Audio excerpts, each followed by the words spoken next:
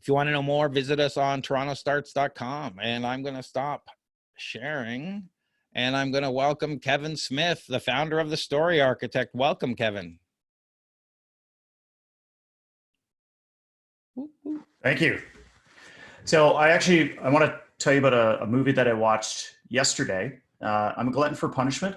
So for some reason I decided while getting some work done that I would watch Contagion in the background.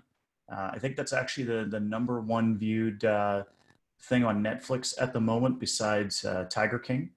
And it reminded me of how I felt a couple of months ago, because as I started to watch some of the news come in around what was happening in China, I started to see that this could be a bit of a problem.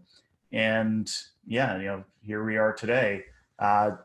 This is a pretty big problem. So about a week ago, the stock market went through a crash, and effectively wiped out all of the gains since 2016.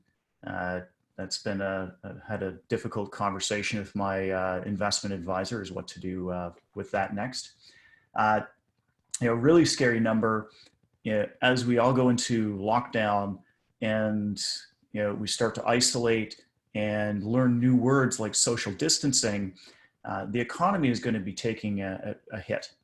When we look at jobless claims, so last week there were 3 million jobless claims that were put out, and somebody put up an interesting chart that in terms of weekly jobless claims, if you go back 50 years, it's off the chart. It dwarfs any recession that we've ever had. Now, keep in mind, this is all compressed into 1 week, whereas most recessions, these jobless claims are over weeks and months. But it just goes to show how much of an impact this is going to have economically. This is as much or more of an economic crisis than it is as a health crisis. It's funny. Sorry, can I jump in there just for a second? Industries I did not think were affected are being affected. I'm talking to marketing companies, I'm talking to all sorts of companies, and I thought, hey, people are going to have to change their strategies, and people have more money to spend. This would be a bonanza. But quite the opposite is true. Businesses are shutting down. They're pulling back their budgets because people aren't out shopping in the stores and whatnot. They can't buy as much. There's all sorts of reasons. So it's affecting everybody. Yeah. And it's some business, I would say most businesses are affected negatively. Some are affected in the opposite way. True. I would love to have had stock in Zoom a few weeks ago. Yeah. So there's going to be a few winners, but most of the, unfortunately, it's going to affect everybody. The real thing is nobody really knows where this is going to go. I've sat down and I've tried to make my own predictions in terms of where I think the economy's headed. And some days, if you talk to me, I have a pretty pessimistic view. I put a post on LinkedIn thinking, we might be headed not just for a recession, but a depression, which would be very scary. But given what governments are doing and how much stimulus is being created, we may pull out of it, relatively quickly. If not deeply scathed. But I think if anybody was to tell you that they know what's going to happen next, they don't. I can't tell you that. There's hundreds of economists who are looking at this. They can't tell you where this is going to go. But we can look at past experiences to try and at least anticipate what could happen. And just to give you a little bit of background on myself. So my name is Kevin Smith. I'm the chief story architect at thestoryarchitect.com. And one of the things I like to say is I've done over 10,000 pitches.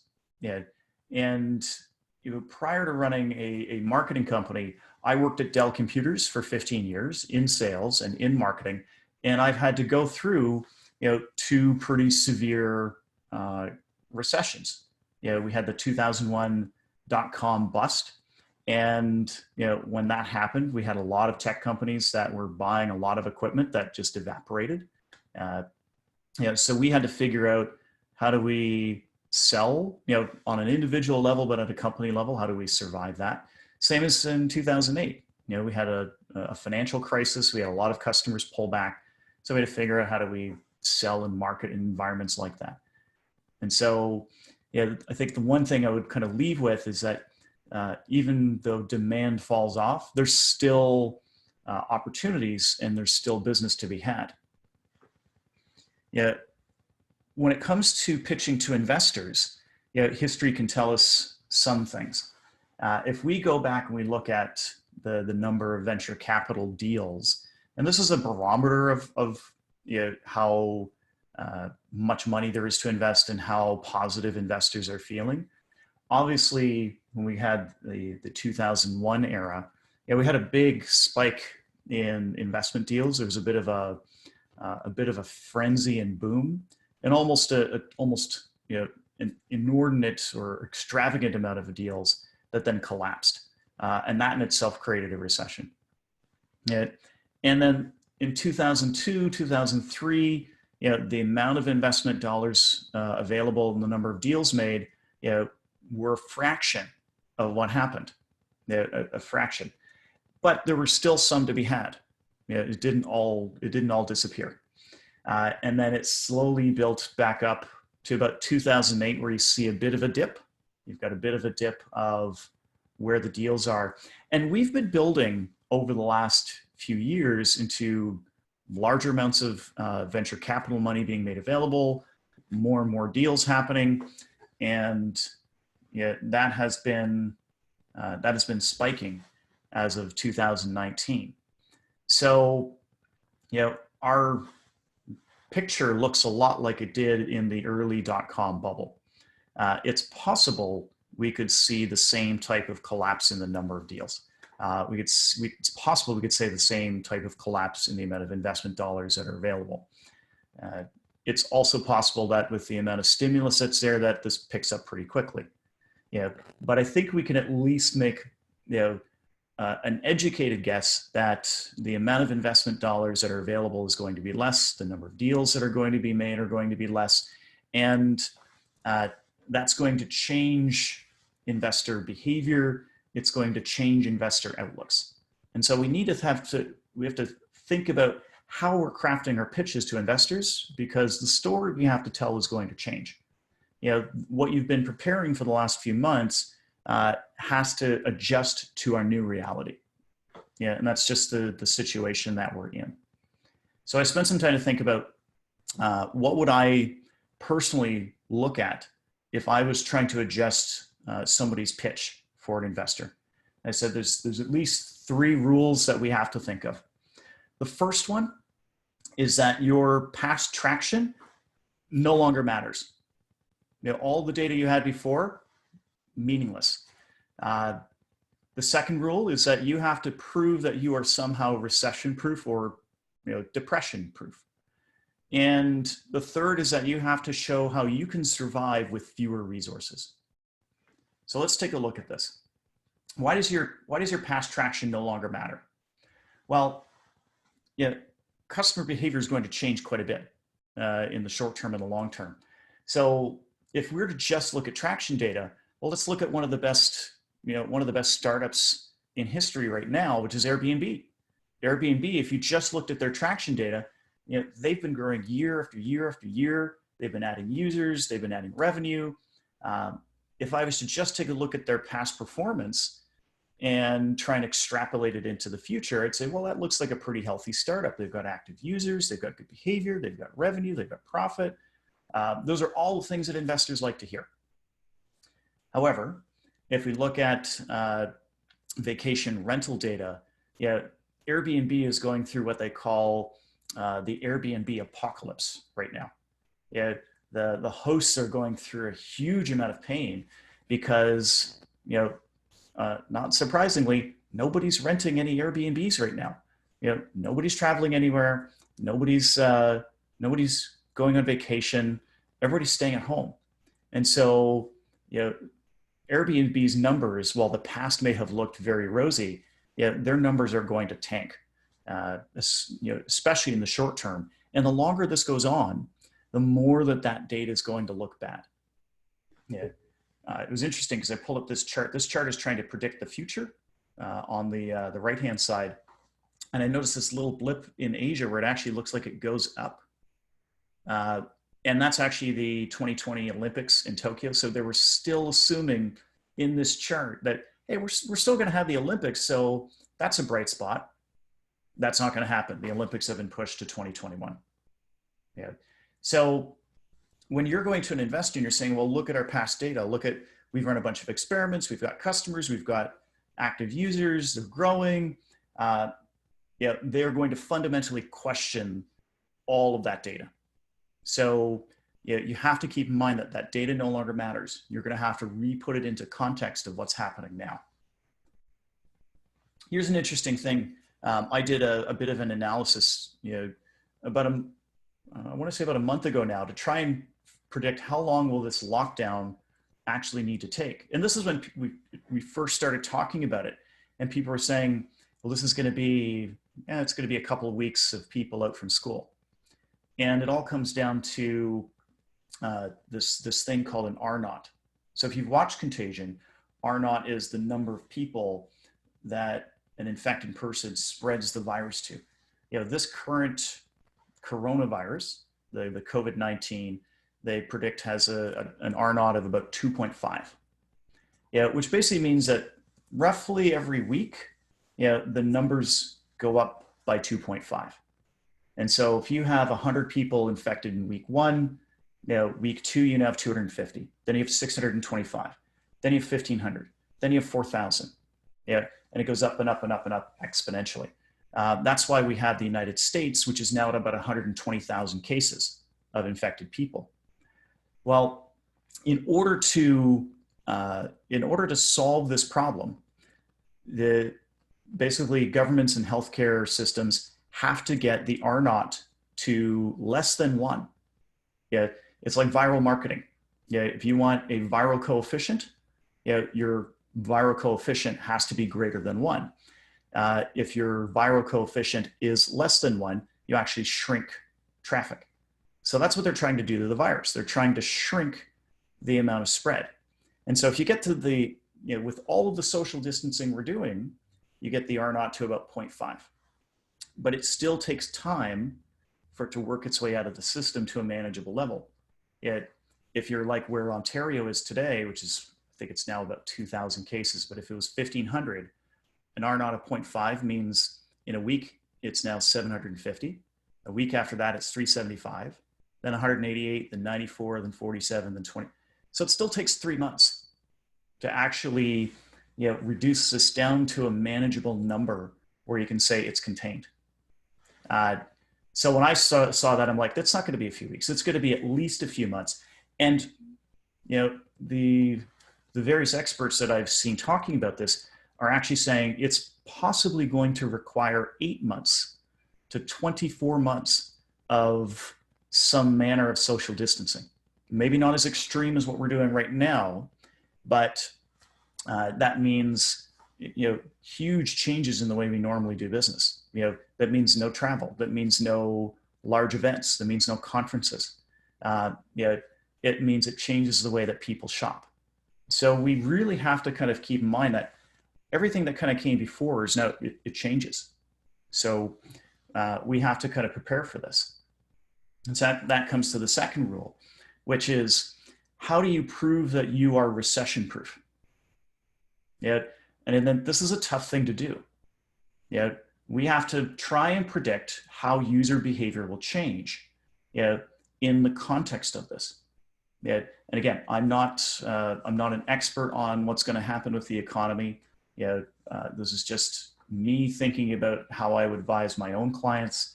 And I'm looking at what's going to happen in the short term and what's going to happen in the long term.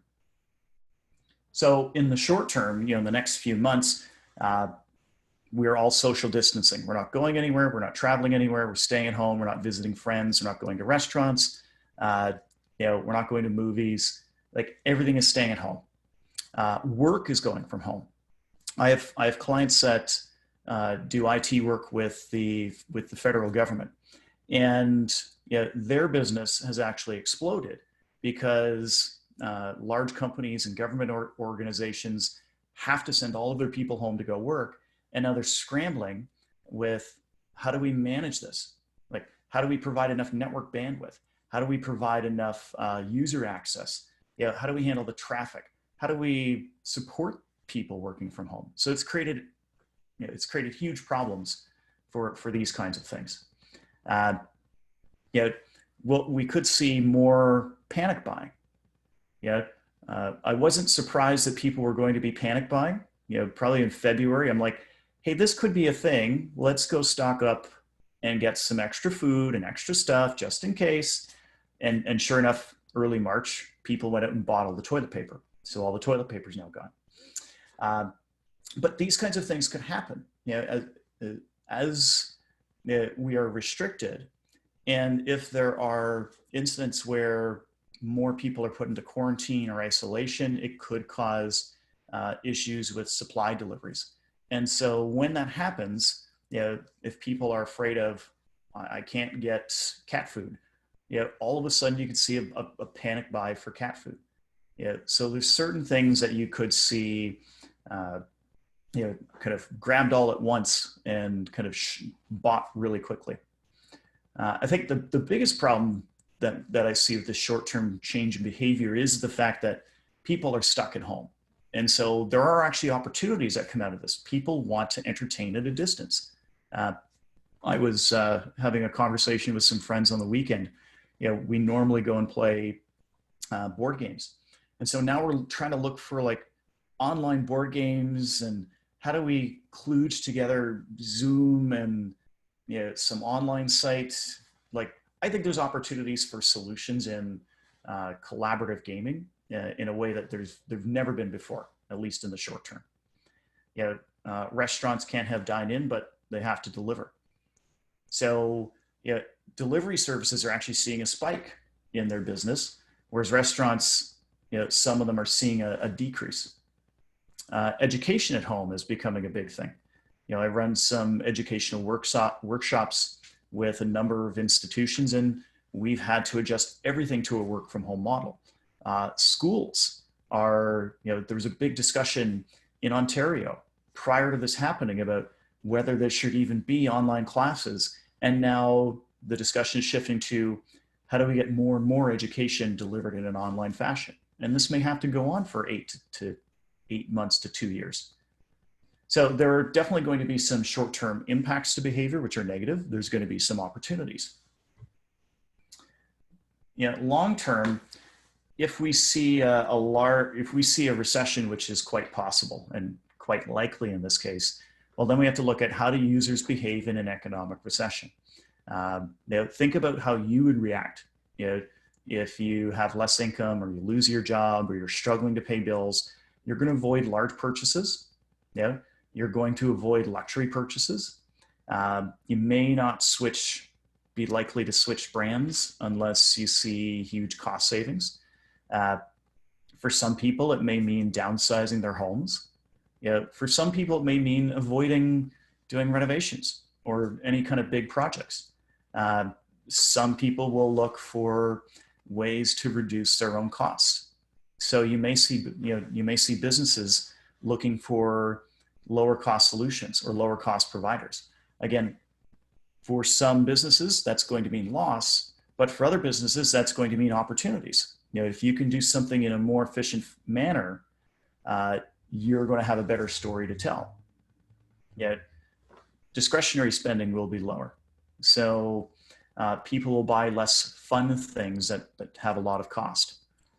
People will look to repair things they have instead of replacing.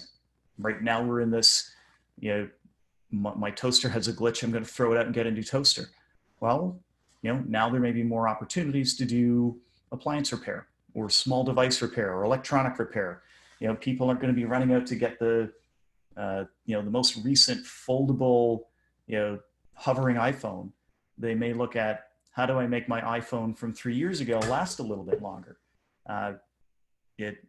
So it's behaviors like these that will change. And again, as you think of how do I tell my story to investors, you have to think of how is my user behavior going to be affected? And how do I take advantage of the user behavior that is changing? And really that means you may need to pivot your business. You may need to pivot what your startup is doing to take advantage of the change in behavior that's possible to come. And the more convincingly you can tell that story, the more that you can align with the interest of an investor who's now thinking of what are some recession-proof industries that I could move some money into? Or what are some opportunities that I could jump on that no one else has thought of? Investors are still, the fundamentals are still there. Investors are still looking at how do they make a return, and they're still looking at how do they protect their money. But they're going to be, most of them are going to be savvy enough to know that what's come before is drastically going to change.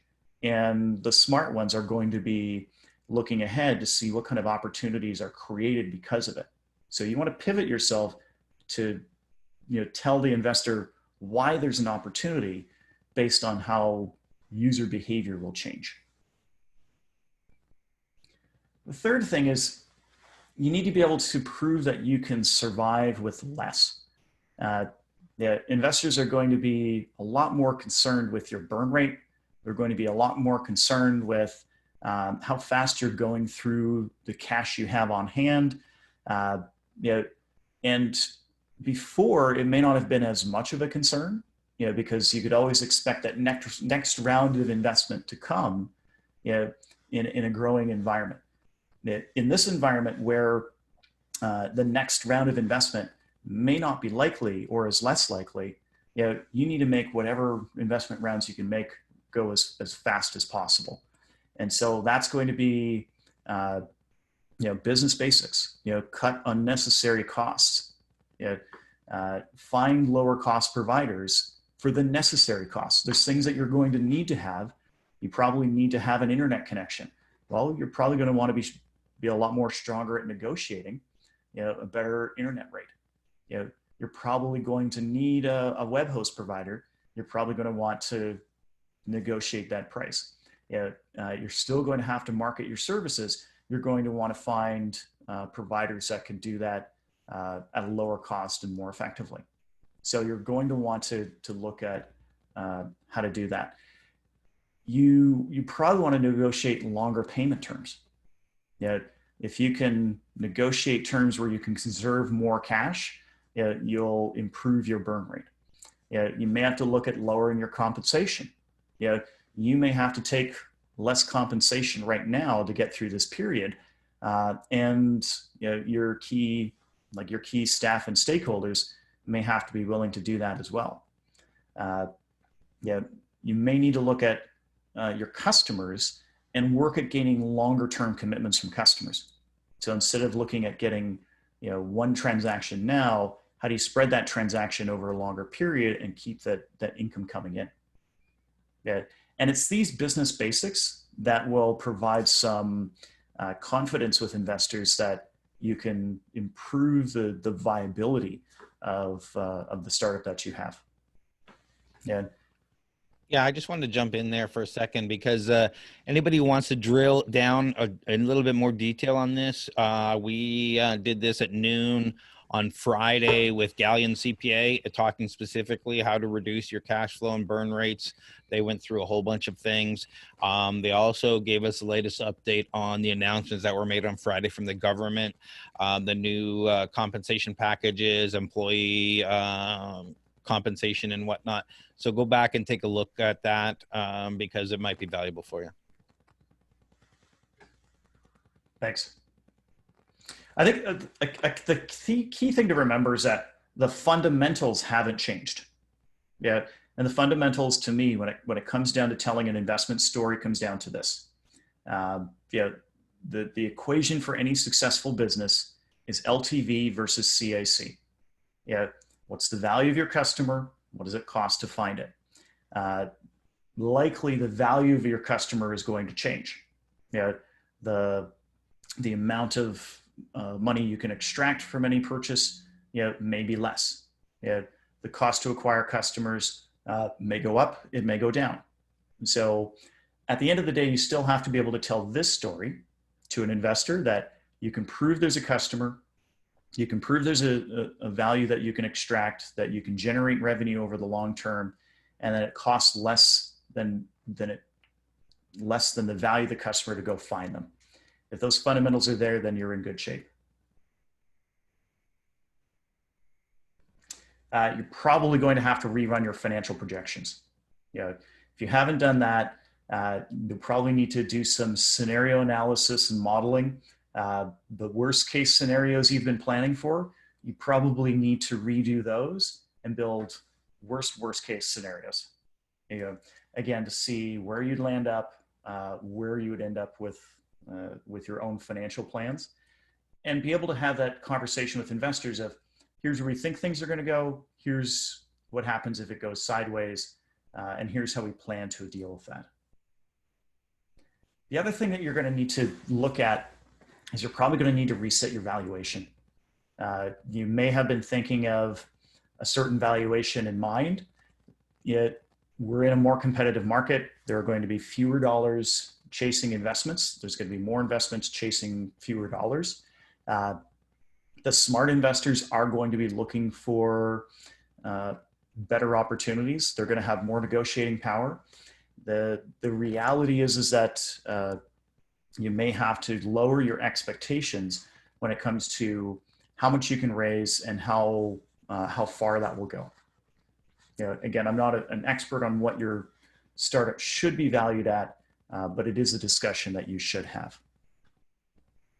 In short, in this environment where we've got a very challenging economic situation, it's not going to be impossible to get funded. Yet, if we roll back the clock to 2001, 2002, there are many startups that launched at that period of time, at the height of a recession. In fact, I think Airbnb, when it launched just after the financial crisis.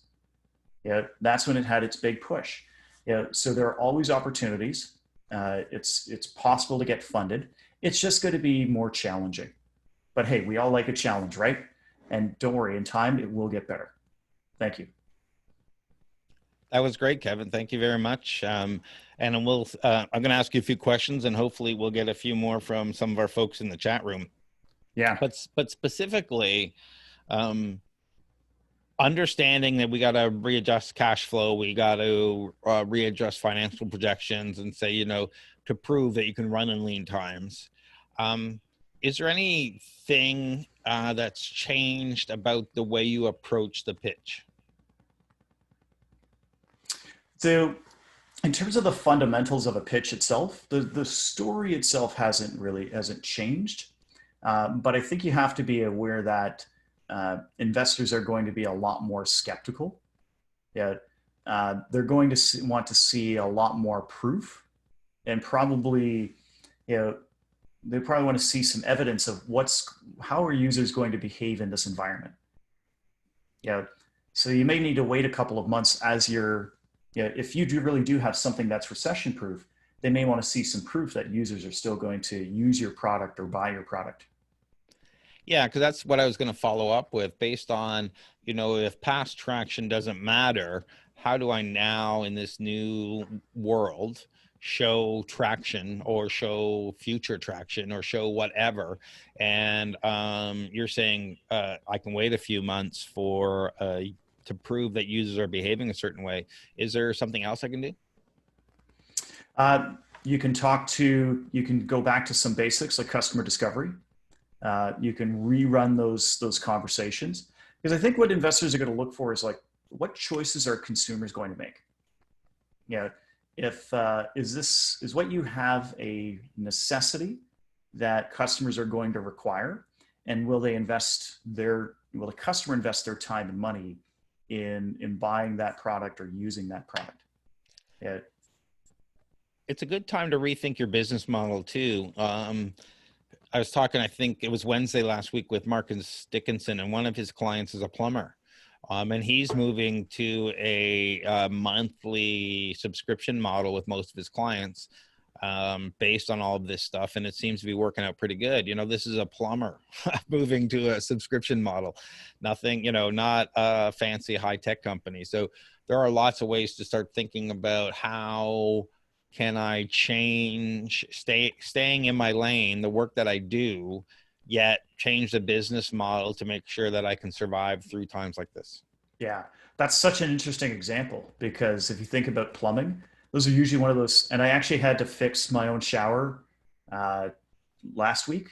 My shower nozzle broke, and I had to go through the experience of going to Home Depot uh, and standing 6 feet away from everybody. They only let 20 people in the store. They forced you to take a shopping cart around so you wouldn't bump into anybody. And I'm like, I just need a faucet. That's it.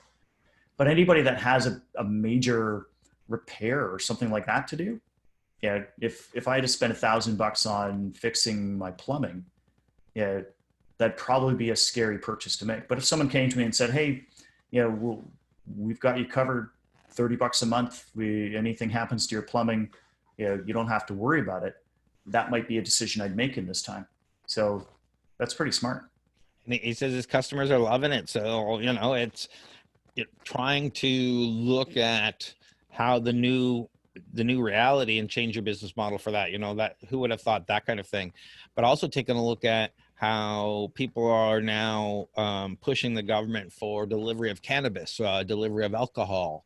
Craft brewers who, really can't have a storefront now are kind of in trouble. So they're trying to say, well, how do I now compete if I can't sell directly to the consumer and do delivery and whatnot? So because the bars are closed and stuff's not on tap. And so there's a lot of things. And the winners usually are the people who can actually go and change legislation when this happens that allow these kinds of things.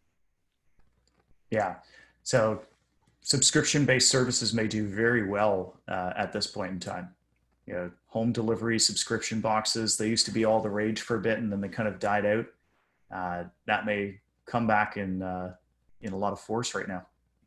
Well, we can also see, companies like Peloton or whatnot doing very well because they're social and yet isolated at the same time, where you're really trying to get those community and doing that workout. You can't go to the gym, but you can participate like a gym here. Or there's lots of different companies now that are very well poised to take advantage of this.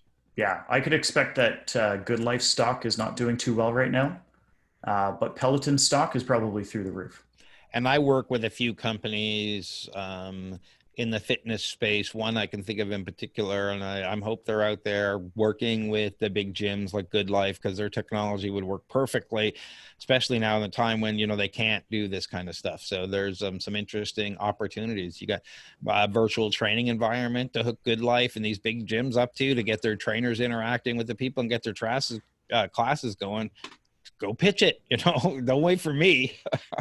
Yeah, I think there's lots of opportunity for smart entrepreneurs to find these little nuggets, to create new businesses, new business models, and then they'll attract investors.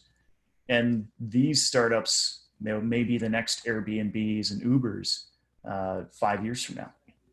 Yeah, a lot of big startups were created in the last big downturn, but I'm waiting for some of the audience to chime in with some of their regular pitching questions.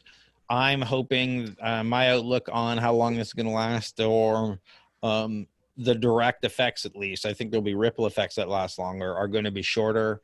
If we look at that R number, the guy who created the computer models out of the UK just came out a couple of days ago and said, oh yeah, I was wrong. I reduced the 2 million deaths, or the 500,000 deaths in the UK to 20,000, and we might not even hit that, which is great news, but the media is not covering it. So I just want to, there's not all doom and gloom out there about that. But how do I now, since, I run startup drinks, there's all sorts of events, you go out and meet with investors. How do people now get in front of investors in this day and age? Do you have any advice for them? So this will come back down to basics. Yeah. And I would put on my business development hat. If I have a target list of people I'm trying to approach, start with people and start with referrals. So, make a target list of angel groups, investment companies, angel investors that you would like to pitch to. My first approach wouldn't be to approach them directly. I'd try and go through someone that I know.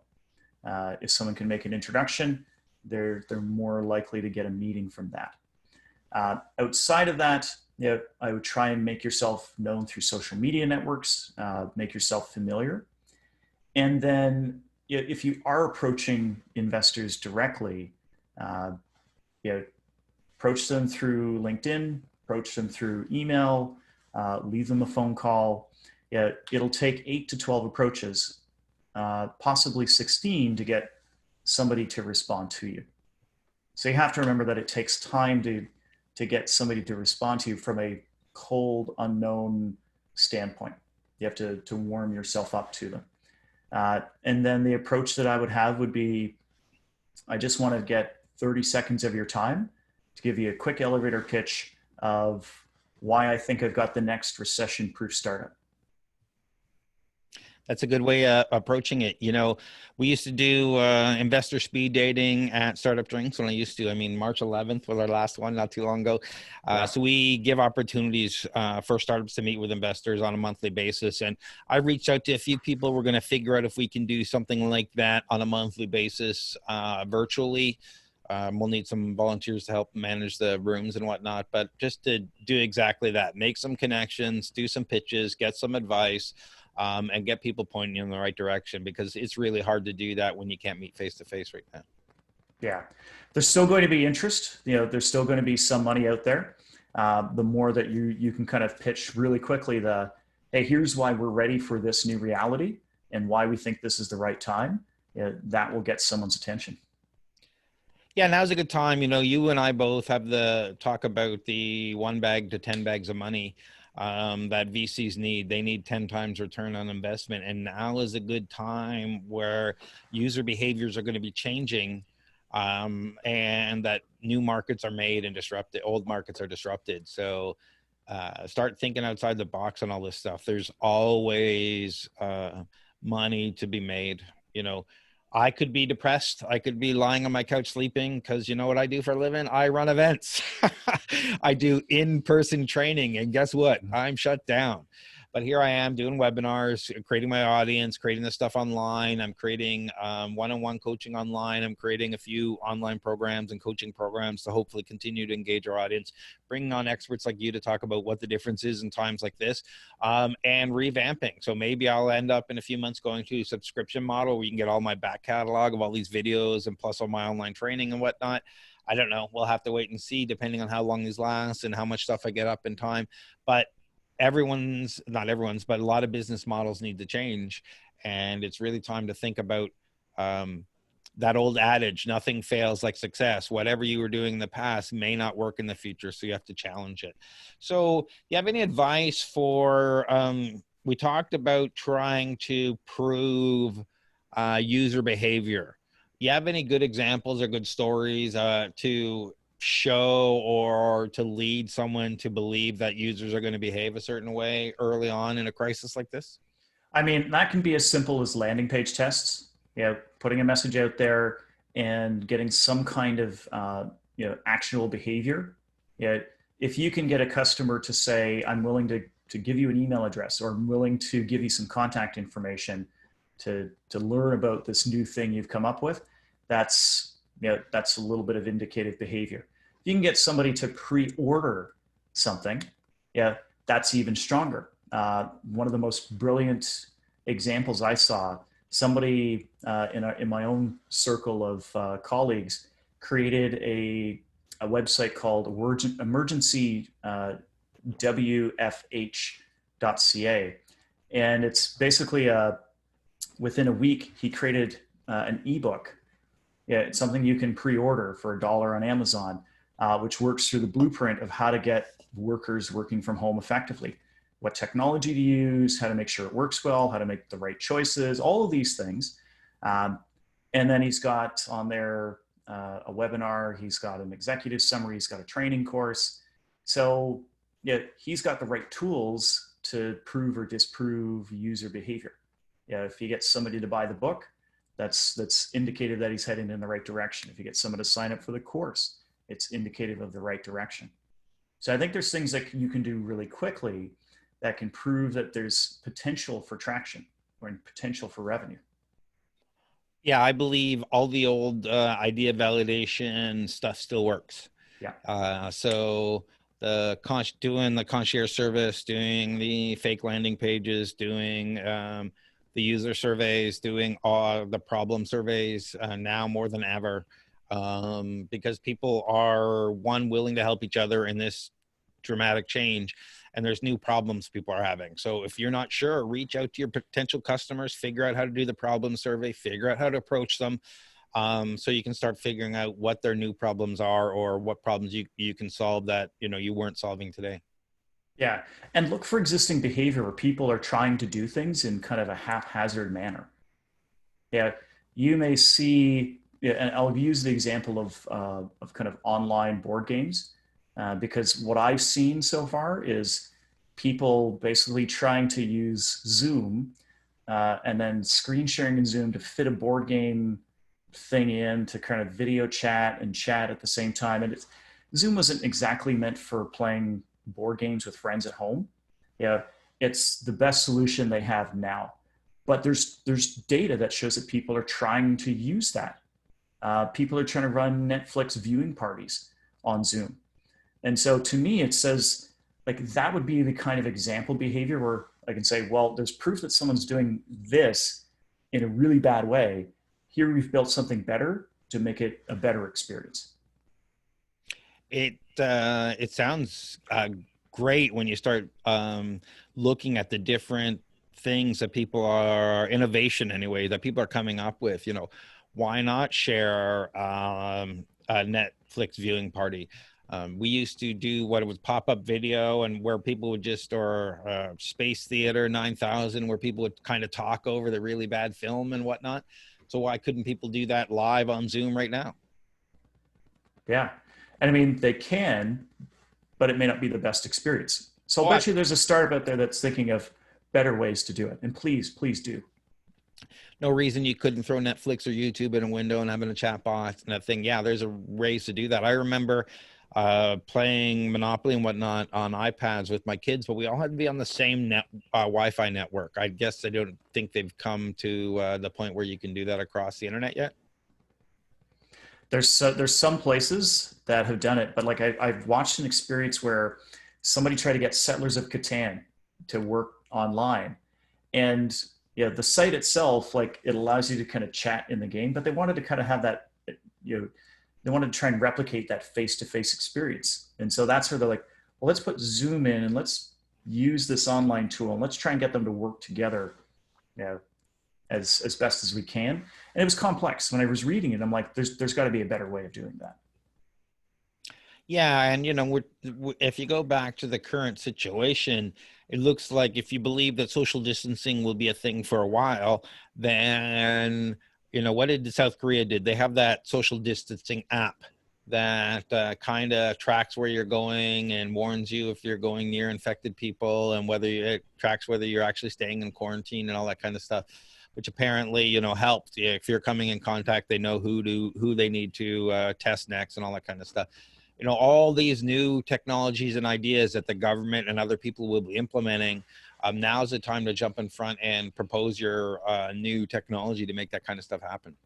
Yeah, there's some dystopian stuff that may happen. I've read an article about a company called Sneak, and for work from home users, they've set up kind of a live video, almost home monitoring system where you can watch your employees work, and the software will alert you if the employee has been away from their station for more than 5 minutes, or if they're not paying attention. And I'm like, well, I guess there's an opportunity there, but that sounds really, a little disturbing.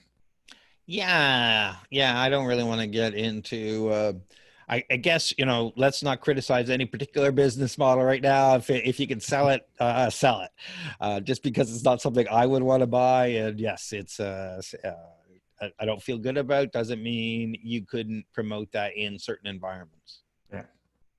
Especially if you look at, a lot of, if you know how the prison system in the US works, there's a lot of call centers that are run out of the prison. So maybe this type of technology can give you, keeping those people in place who are in a specific circumstance.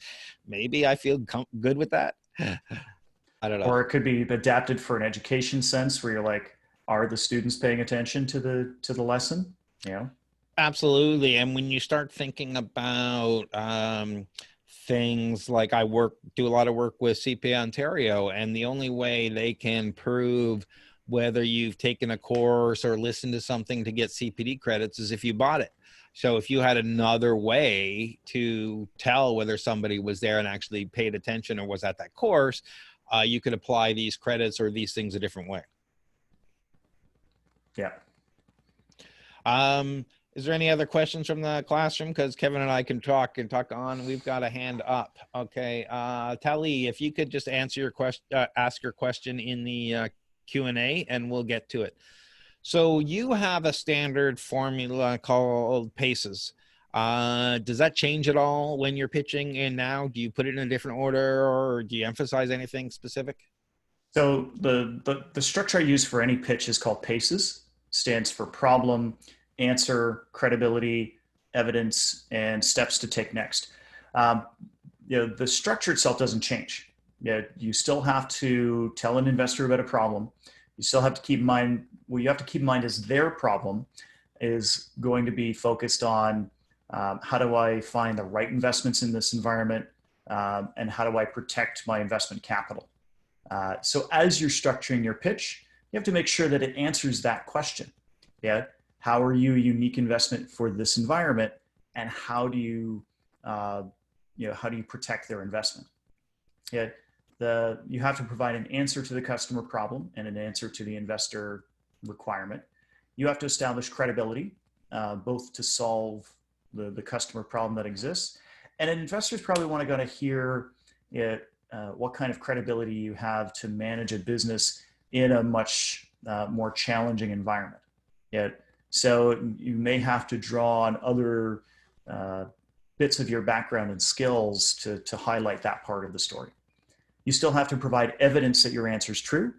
The basics, the fundamentals, what's your business model? How do you go to market? What's your competition? What's the market size? What's the market opportunity? All of that evidence doesn't change per se, but how you relay that evidence may change. So you may need more up-to-date information. You may need to have a much stronger competitive analysis. Why are some of these competitors not ready for a recession? So you have to kind of think of restructuring what you say for this new reality. The steps to take next, they're not going to change that much as well. It's still going to be what's the next step in the pitch process. Usually it's some kind of next meeting. Usually that leads to a review of a business plan or a review of your traction data, some due diligence. So you have to think of like, what information am I going to need to provide to provide comfort and convince this investor that this is a safe harbor. Yeah, and I guess right now more than ever, the why now, the intersection of all these things happening creates all these new opportunities. So historically, that's been could be big part of your slide deck, but even more so now because it's so much has changed. Yeah, and as much as this is a crisis now, it's knock on wood, not going to be a crisis forever. And so this is the best time to make significant changes in how things work. Yeah, absolutely. Because if you can tighten up now, you'll be even better when times are good. Yeah, and as we saw, once user behavior changes, it doesn't always change back. Yeah, so Airbnb kind of got its footing out of the 2008 recession, and a lot of user behavior changed then to be like, maybe I do want a different type of rental experience than going to a hotel. It started as a cost savings measure, but it quickly turned into an experience that drove a tremendous amount of growth. Well, you could easily see cleaning companies making a big deal internationally, putting some sort of safety seal and working with hotels and place like Uber and Airbnb to say, hey, you know, this has been cleaned just before your arrival. We've got the safety seal. We've got this. This becomes another service opportunity potentially here, right? Mm-hmm. Yeah, maybe instead of gas stations, we'll have Uber cleaning stations. Yeah, and you know, just in time cleaning becomes part of some of these things. We don't want it cleaned the minute you check out. We need it because, you know, yeah, pay potentially, but I want it clean, you know, 10 minutes before I arrive or half hour. And I don't, you know, I don't want 1,000 people through the place after that. Yeah. Sorry, just interesting opportunities potentially here in packaging and distribution, in just offering different levels of service that people wouldn't have thought about before. You know, are there different opportunities in daycare and education and, you know, things that we just haven't really had to deal with? It's going to be a brave new world for a while anyway. Mm-hmm. So do you have any last words for our audience? And then we'll follow up with where people can find you if they want more. So I would say, as I said, it's going to be tougher. Yet you have to readjust your story to fit what's happening right now. But always keep in mind that investors are still looking for the same things. They're looking for good opportunities. They're looking to protect their money. And you have to position your startup as an answer to the challenge that they're looking for. If you want to learn more from me, you can go to my website, thestoryarchitect.com. You can go to LinkedIn. I spend some time there. Just if you look at The Story Architect, probably easier to find me using that than just Kevin Smith. I'm on Facebook, I'm on Twitter, I'm on Instagram, and feel free to reach out. Thank you, everyone, for being part of this today. Check out TorontoStarts.com for our upcoming webinars, and we will see you soon. Goodbye, Facebook Live. Stop.